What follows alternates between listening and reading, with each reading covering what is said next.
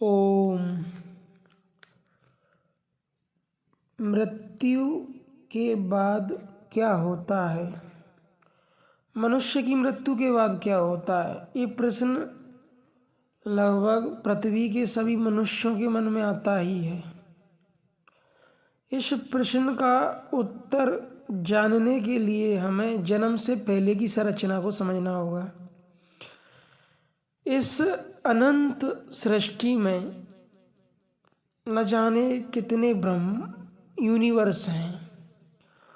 उन observe universe में न जाने कितनी गैलेक्सियां हैं। एक एक यूनिवर्स में करोड़ों मिलियन ट्रिलियन गैलेक्सियां होती हैं और एक यूनिवर्स में करोड़ों गैलेक्सियों में एक मिल्की वे गैलेक्सी है जिसका नाम है आकाशगंगा, मिल्की वे गैलेक्सी। और ये यूनिवर्स गैलेक्सियां जन्मते हैं डस्ट, गैस, बादल, cloud, dark matter, dark energy से। और भी कुछ कारण हो सकते हैं, एक अज्ञात एनर्जी, एक परम ऊर्जा से ये सब कुछ पैदा होता है और करोड़ों करोड़ों साल तक ये अस्तित्व में रहती हैं, फिर ख़त्म हो जाती हैं।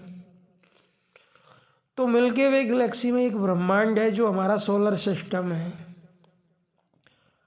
और उस सोलर सिस्टम में सूर्य ऊर्जा का केंद्र है जो एनर्जी क्रिएट करता है, हाइड्रोजन, है ना भाई। सूर्य की ऊर्जा या प्रकाश पृथ्वी तक आता है और उसी प्रकाश से पृथ्वी के प्राणियों का पोषण होता है। साइंस की परिभाषा है कि सूर्य के प्रकाश में प्रकाश संश्लेषण की क्रिया द्वारा पेड़ पौधे अपना भोजन बनाते हैं, पेड़ पौधे वनस्पति। तो हम अब यहाँ अपने सोलर सिस्टम से आरंभ करते हैं कि इसमें सूर्य जो ऊर्जा प्रकाश का केंद्र है उसमें से ऊर्जा या प्रकाश या रोशनी आ रही है पृथ्वी तक और वो ऊर्जा, वो एनर्जी के द्वारा पृथ्वी पर एक समय था जब पृथ्वी एक आग का गोले के जैसे थी। एक लंबे प्रोसेस प्रक्रिया से धीरे धीरे प्रकृति का टेम्परेचर कूल होता गया, शांत हो गया। फिर यहाँ नाना प्रकार के जीवन को जीवंत बनाने के लिए आवश्यक तत्वों का विकास होने लगा। जैसे यहाँ इसके एटमॉस्फेयर बनने लगा, इसका मैग्नेटिक फील्ड, इसका ग्रेविटेशनल फील्ड बनने लगा, गुरुत्वाकर्षण इसमें निर्मित हुआ। फिर इसमें H2O का निर्माण हुआ, हाइड्रोजन ऑक्साइड, जल तत्व। फिर इसमें में वायु तत्व की विद्यमानता आई। जल, अग्नि, मिट्टी, वायु, हवा, आकाश से पांचों तत्वों का सम्यक संतुलन पृथ्वी पर सक्रिय हुआ जो जीवन को निर्मित करे।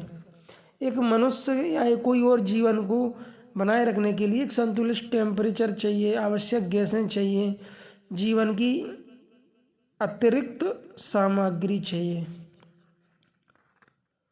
तो पृथ्वी पर ये सब कुछ क्रियाशील होने लगा और एक लंबी प्रक्रिया प्रोसेस के बाद पृथ्वी पर जीवन का आरंभ होता है। इसमें करोड़ों वर्ष भी लग सकते हैं और वो जीवन विभिन्न प्रकार से पैदा हुआ। जैसे अंडे से जीव पैदा हुए तो उनको अंडज कह दिया, पिंड रूप में जीव पैदा हुए। जैसे कभी फल सड़ गया उसमें कीड़े पैदा हो गए, हमने दूध को बोतल में रख दिया वो सड़ गया तो कीड़े पैदा हो गए, और शरीर में घाव लग जाता है तो कीड़े पैदा हो जाते हैं। और भी विभिन्न प्रकार से जीव पैदा हो जाते हैं। कोई व्यक्ति या किसी जानवर की डेड बॉडी होती है उसमें करोड़ों बैक्टीरिया पैदा हो जाते हैं। तो पिंड रूप में जीवों को पैदा होते देखा गया। उद्भिज, मिट्टी से पैदा होने वाले जीव। तो धरती से भी डायरेक्ट जीव पैदा हो जाते हैं मिट्टी के द्वारा। मिट्टी में ऐसी शक्ति है, एक अदृश्य चेतना या चेतन शक्ति जो जीवन को पैदा कर देती है। अधिकांश जीवन जल से पैदा हुआ, इसलिए कहते हैं जल ही है तो जीवन है। अधिकांश जीवों का निर्माण जल से हुआ है, हाइड्रोजन से। इसलिए जहाँ तालाब होता है, कुएं होते हैं, नदियाँ होती हैं, समुद्र होते हैं, वहाँ जीवन आप देख सकते हैं विभिन्न प्रकार से। समुद्र में जो समुद्रीय जीव हैं विभिन्न प्रकार से पैदा हो रहे हैं। और आकाश में भी उड़ने वाले जीवों को जलचर कहते हैं। नहीं, जलचर जो पानी में हैं, थलचर जो आकाश में उड़ते हैं, अरे चूंकि पृथ्वी पर घूमते फिरते हैं, और नवचर आकाश में उड़ने वाले जीव या आकाश में विचरण करने वाले जीव। ये 3 प्रकार के हैं कि जलचर जल में रहने वाले, थलचर पृथ्वी पर, और नवचर माने आकाश में। तो कुछ जीव अंडा से पैदा हुए, अंडज, कुछ जीव पिंड रूप में पैदा हुए, पिंडज, कुछ जीव प्रजनन से पैदा हुए, प्रजनन से जैसे मनुष्य पैदा होता है या जानवर पैदा होते हैं, हाथी, घोड़ा, और भी जीव हैं, भैंस, बफेलो, और भी जीव हैं।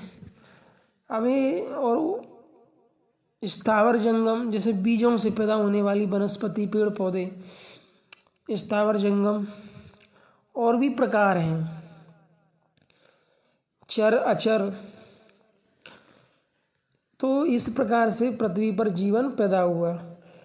तो मृत्यु के बाद क्या होता है ये समझने के लिए हमें जन्म से पहले क्या होता है। जन्म से पहले मनुष्य जो होता है, सूर्य के प्रकाश में प्रकाश संश्लेषण से पेड़ पौधे अपना भोजन बनाते हैं। तो पेड़ पौधों को जो ऊर्जा मिली, जो एनर्जी मिली, जैसे सेब, केला, संतरा, मौसमी या वनस्पतियाँ या गेहूँ, दाल, चावल, इनमें वो ऊर्जा का संचार हो जाता है पृथ्वी के तत्वों से। पृथ्वी में क्या है? कैल्शियम, पोटेशियम, मैग्नीशियम, आयरन, लोहा, जिंक, सल्फेट, मिनरल्स, ये तत्व पृथ्वी के हैं। और पृथ्वी पर उगने वाली वनस्पतियाँ, साग, सलादें, फलियाँ, इनको मनुष्य सेवन करता है ना।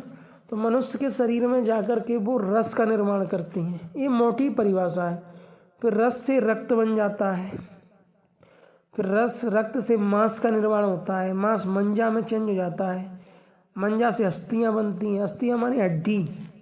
तो बताइए, जो भोजन हम ग्रहण करते हैं, गेहूँ, दाल, चावल, वो हमारे शरीर में जाके कितने रूपों में रूपांतरित हो रहा है, और फिर वो अस्थियों से घर्षण से मंजा बनता है। फिर शरीर में शुक्र का निर्माण होता है, जिसे कहते हैं वीर, सेमन, और उसी के द्वारा मनुष्य के शरीर का निर्माण होता है। तो हमारे शरीर के निर्माण में पृथ्वी भी है, पृथ्वी के तत्व भी हैं, सूर्य भी है, प्रकाश भी है, जल भी है, अग्नि है, वायु, हवा, आकाश, ब्रह्मांड का के जो तत्व हैं, जो गैसें हैं, जो घटक हैं, जो अणु हैं, जो परमाणु हैं, वो सब कुछ हमारे शरीर में हैं, अंश रूप में है। यदि हम ब्लड का डीएनए करते हैं तो क्या निकलता है उसमें? आरबीसी, डब्ल्यूबीसी, प्लेटलेट काउंटर वगैरह वगैरह। तो हमारे शरीर में वायुमंडल के अंदर मौजूद सभी तत्व लगभग हैं। जैसे हमारे शरीर में कुछ अंश में नाइट्रोजन भी है, कार्बन डाइऑक्साइड भी है, ऑक्सीजन भी है, O3, SO4, आर्गेनिक, और भी कई चीज़ें हैं।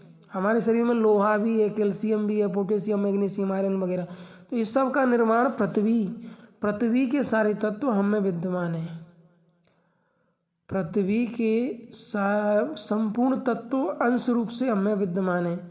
इसलिए संतों ने कहा कि धड़ धरती का एक ही लेका, जस बाहर तस भीतर देगा। ये जो शरीर है, इस शरीर में पृथ्वी के, ब्रह्मांड के, यूनिवर्स के तत्व कहीं ना कहीं सूक्ष्म रूप से विद्यमान है। अब यही 5 तत्व जो मूल हैं, जल, अग्नि, मिट्टी, वायु, आकाश, इसी से शरीर का निर्माण हुआ है।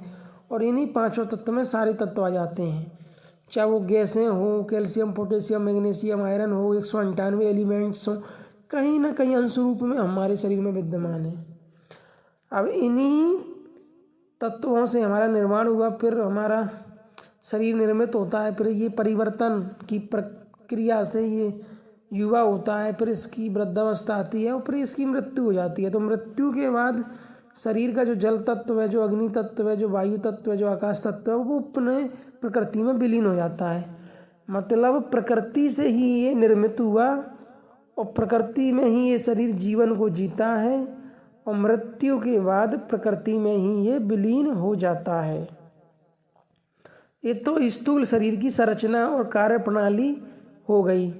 दूसरा है सूक्ष्म शरीर, जिसे मन कहते हैं।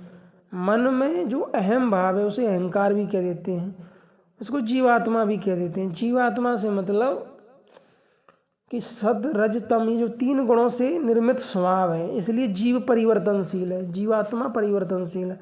क्योंकि जीव की स्वभाव में जैसा गुण होता है, जैसी प्रकृति का गुण, वैसा ही स्वभाव है। काल कर्म स्वभाव गुण घेरा, जैसा गुण होगा वैसा स्वभाव होगा, वैसे समय में मनुष्य कर्म करता है।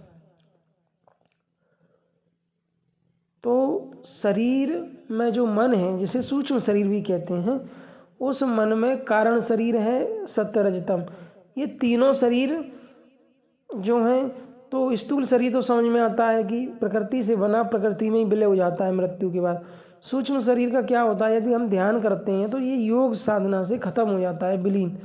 अंत में कुछ नहीं बचता। जो कुछ नहीं बचता वही तो असल में है परम।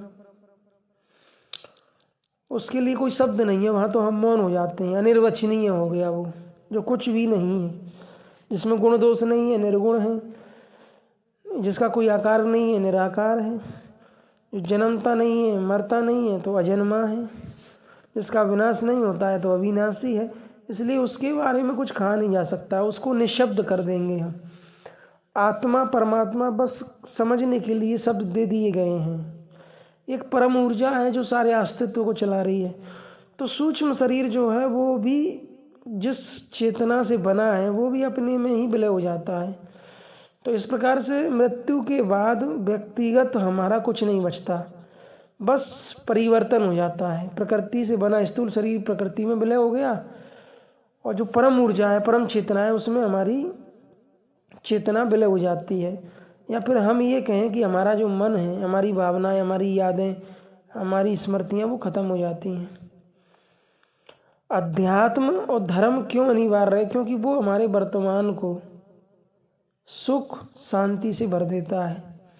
अध्यात्म जो जप है, ध्यान है, जो भक्ति की क्रियाएं प्रक्रिया हैं, वो मन को सुख शांति से भर देती हैं। मन में जो विचार हैं, जो संकल्प विकल्प हैं, जो चिंतन है, उनको खत्म कर देती हैं। मन के संकल्प विकल्प खत्म हो जाते हैं तो हम कह देते हैं निर्विकल्प समाधि, योग जन्य है। और अंत में अंदर जो बचता है वो सब कुछ जो है वो खत्म हो जाता है।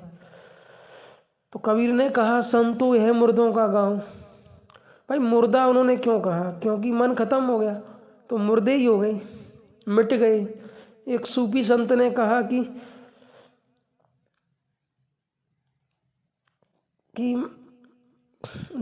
दुई का पर्दा हटा, बंदा ही खुदा है, खुदा ही बंदा है। ये खबर किसी किसी को है कि खुदा ही बंदा है, बंदा ही खुदा है। तो सूफी संत ने ऐसा क्यों कहा कि बंदा ही खुदा है, खुदा ही बंदा है? क्योंकि जब मन खत्म होगा तो जो बचेगा अवशेष वो खुदा ही बचेगा, वो परमात्मा ही बचेगा। उसको निर्वचनीय भी कह सकते हैं, परमात्मा भी कह सकते हैं। तीसरी चीज, कुछ संतों ने कहा कि मन मरा माया मरी, हंसा भी परवाह जागा कछु न चाहिए सोई सहंसा।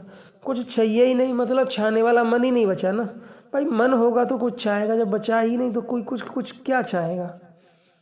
अंत में जो बचा वो बस वही बचा, जिसे हम निर्गुण निराकार अविनाशी कह रहे हैं। तो एक अज्ञात परम ऊर्जा जो अनंत सृष्टि को रचती है, अनंत गैलेक्सियों को रचती है, और अनंत ब्रह्मांड और ये पृथ्वी और आपके शरीर और विभिन्न प्रकार के जीवन और विभिन्न प्रकार के आयामों को कार्य रूप देती है, उसे पुरुष भी कहा है कहीं कहीं वेदांत दर्शन ने कि वो पुरुष तत्व भी है।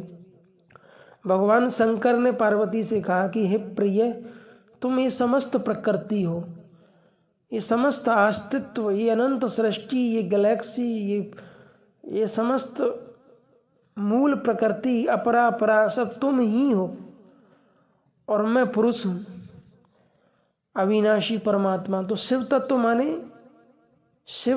माने परम तत्व परमात्मा, ना जो जन्मता ना मरता, इसलिए अविनाशी है, उसका विनाश नहीं होता। जन्मता नहीं है, मरता नहीं है, इसलिए अजन्मा है। गुण दोष नहीं है, इसलिए निर्गुण है। कोई आकार नहीं है, इसलिए निराकार है। क्रिया प्रतिक्रिया से अलग है, इसलिए निष्क्रिय है। कोई अवयव या पदार्थ नहीं है, निर्वयव है, अपदार्थ है। अपदार्थ कोई भी पदार्थ नहीं है, क्रिया नहीं है। तो जो कुछ भी नहीं है, एक शब्द हम बोलें, जो कुछ भी नहीं है, जो कुछ अस्तित्व में है उससे भिन्न है, वो है, और वही तो सत्य है। उसी को जान लेने वाले कोई तो तत्वज्ञानी कहते हैं। किसी ने कहा अहम ब्रह्मास्मि, वो जान गया कि वही मैं हो गया हूँ, या मैं तो हुआ ही नहीं, मेरा अहंकार खत्म हो गया, वही अवशेष बचा, अहम ब्रह्मास्मि कह दिया। अनल हक। तो ये शब्दों के पीछे एक गहरी अनुभूति है, एक गहरा बोध है, एक गहरी अद्वैत की अवस्था है जो किसी किसी महान योगी के ध्यान में घटती है। और प्रकृति नश्वर क्यों है? क्योंकि वहाँ परिवर्तन हो रहा है। चाहे वो स्थूल शरीर हो, परिवर्तनशील है। सूक्ष्म शरीर मन हो, मन भी परिवर्तनशील है। अंगुलीमाल पहले चोरी करता था, उंगलियां काट के डाकूगिरी करता था। बुद्ध ने उसके मन को ही तो बदला, विचारों को बदला, उसकी समझ को बदल दिया, सही तरीके से उसका दिमाग काम करने लगा। तो शरीर भी परिवर्तनशील है, मन भी परिवर्तनशील है, और जो कारण शरीर है वो भी परिवर्तनशील है। पहले मनुष्य तमोगुणी है, साधना किया तो धीरे धीरे तमोगुण क्षय होने लगा, रजोगुण बढ़ने लगा, रजोगुण क्षय होने लगा, सतोगुण बढ़ने लगा, और तीनों गुण खत्म हो गए तो साधक गुणातीत हो गया। और उस अवस्था में फिर क्या बचा? कुछ भी नहीं।